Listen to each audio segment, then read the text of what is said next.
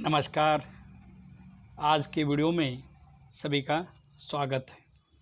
तो आज इस वीडियो में हम कक्षा 5वीं के हिंदी सुगम भारती के बारे में जानकारी लेने वाले हैं।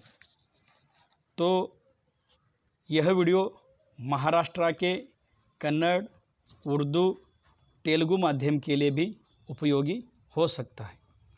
तो पाठ 10वां उलझन भाषा ज्ञान एवं व्याकरण, पन्ना क्रमांक 29। तो यहाँ पे देखिए पन्ना क्रमांक 29 पर जो पुस्तक में सवाल और जवाब, प्रश्न एवं उत्तर नहीं है, तो यहाँ पे हमें स्वाध्याय पुस्तक से आपके यहाँ ये पेश कर रहे हैं। तो लाइक एंड सब्सक्राइब यह भी लिखा है, तो लाइक और सब्सक्राइब करना मत भूलिए। मैंने आपको बहुत कोशिश करके समझाने वाला हूँ, फिर भी आपको यह वीडियो देखते समय कोई समस्या, कोई भी भाग, कोई घटक, कोई अभ्यास आपको समझ नहीं आ रहा है, आपको बिल्कुल समझ में नहीं आ रहा है, तो कुछ भी मत कीजिए, सिर्फ एक कॉल कीजिए। आपका सारी समस्या का, सारे प्रश्न का उत्तर मैं ज़रूर दूंगा। तो स्लाइड पे दोनों नंबर किया है, आप सिर्फ इतना कीजिए, वीडियो ध्यानपूर्वक देखिए, पूरा समय देखिए, लाइक कीजिए और सब्सक्राइब कीजिए। इससे क्या होता है, तो आपकी कक्षा के हर एक वीडियो सबसे पहले आपको देखने को मिलेंगे।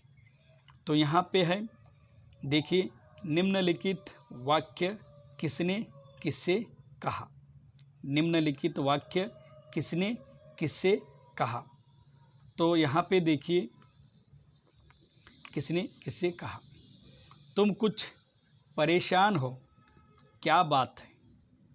निम्नलिखित वाक्य किसने किससे कहा, ये लिखने के बाद पहला वाक्य लिखना है, तुम कुछ परेशान हो, क्या बात है। यह वाक्य माँ ने रमा से कहा। दूसरा देखिए, उसमें घूमने जाने में, यानी उसमें बहुत पैसा खर्च होता है ना। उसमें बहुत पैसा खर्च होता है ना। तो यह वाक्य रमा ने माँ से कहा। रमा ने माँ से कहा। तीसरा देखिए, तो तुम खर्च को लेकर परेशान हो। आपने वीडियो देखा है, ये माँ और बेटी के बीच में जो संवाद है। चलो देखते हैं। तीसरा, तो तुम खर्च को लेकर परेशान हो। तो यह वाक्य माँ ने रमा से कहा। चौथा देखिए, तुम्हें इतने पैसों की क्या ज़रूरत आ पड़ी। तुम्हें इतने पैसों की क्या ज़रूरत यानी आ पड़ी। तो यह वाक्य चौथा उत्तर देखिए, माँ ने रमा से कहा। माँ ने रमा से कहा। पांचवा देखिए, उनका इलाज हम लोग करवाएंगे। उनका इलाज हम लोग करवाएंगे। तो यह वाक्य माँ ने रमा से कहा। सावा देखिए, सच माँ तुम कितनी अच्छी हो। ये तो बिल्कुल आपको उत्तर समझ में आता है, सच माँ तुम कितनी अच्छी हो। तो यह वाक्य रमा ने अपनी माताजी से कहा। सातवां देखिए, मेरी बेटी सबसे अच्छी है। तो यह वाक्य माँ जी ने रमा से कहा। तो इसके बाद हम यह स्लाइड देखने वाले हैं काल के बारे में।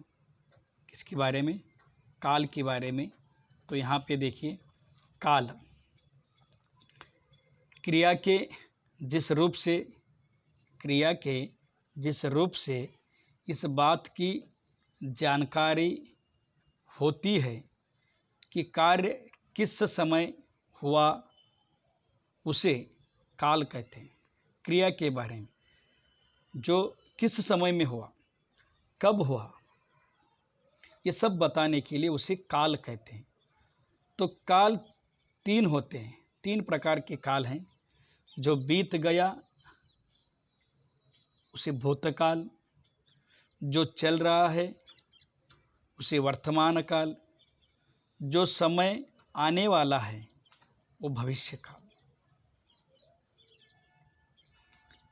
भूतकाल, वर्तमान काल, भविष्य काल, ये 3 काल हैं क्रिया को बताने के। तो जैसे उदाहरण दिया है, मोहन गया, यानी भूतकाल गया, तो भूतकाल की वाक्य। मोहन जाता है, तो जा रहा है यानी जाता है, तो वर्तमान काल है। मोहन जाएगा लेकिन कुछ देर है, ये भविष्य काल की बात है। जो सद्य स्थिति में है, जो बीत गई है, जो आगे चलकर होने वाले, इसके बारे में एक काल की क्रिया बताती है। तो यहाँ पे लाइक एंड सब्सक्राइब भी लिखा है, इसका ध्यान ज़रूर दीजिए। तो उसके बाद यहाँ पे मौखिक कुछ प्रश्न यहाँ पे दिए हैं। निम्नलिखित प्रश्नों के उत्तर दो। तो आप वीडियो अच्छी तरह देखे होंगे। इस प्रश्न का उत्तर आप अपने शब्दों में खुद ही लिखेंगे। रमा का परिवार परीक्षा के बाद कहाँ जाता था? रमा का परिवार परीक्षा के बाद कहाँ जाता था? दूसरा देखिए, सुलक्षणा के परिवार का खर्च पूरा क्यों नहीं पड़ता? सुलक्षणा के परिवार का खर्च पूरा क्यों नहीं पड़ता? ये भी उत्तर आपको लिखना है। तीसरा, रमा का मन कब खिल उठा? रमा का मन कब खिल उठा? तो आपने इन तीनों सवालों का उत्तर यानी प्रश्न के उत्तर आप लिखना है। तो वीडियो देखकर आप व्यवस्थित इसका हल करो, कुछ लिखो, कुछ ज़्यादा से ज़्यादा पढ़ाई करके समाज की उन्नति के बारे में सोचो, अपने परिवार के बारे में सोचो, खुद के बारे में सोचो और देश के बारे में सोचो।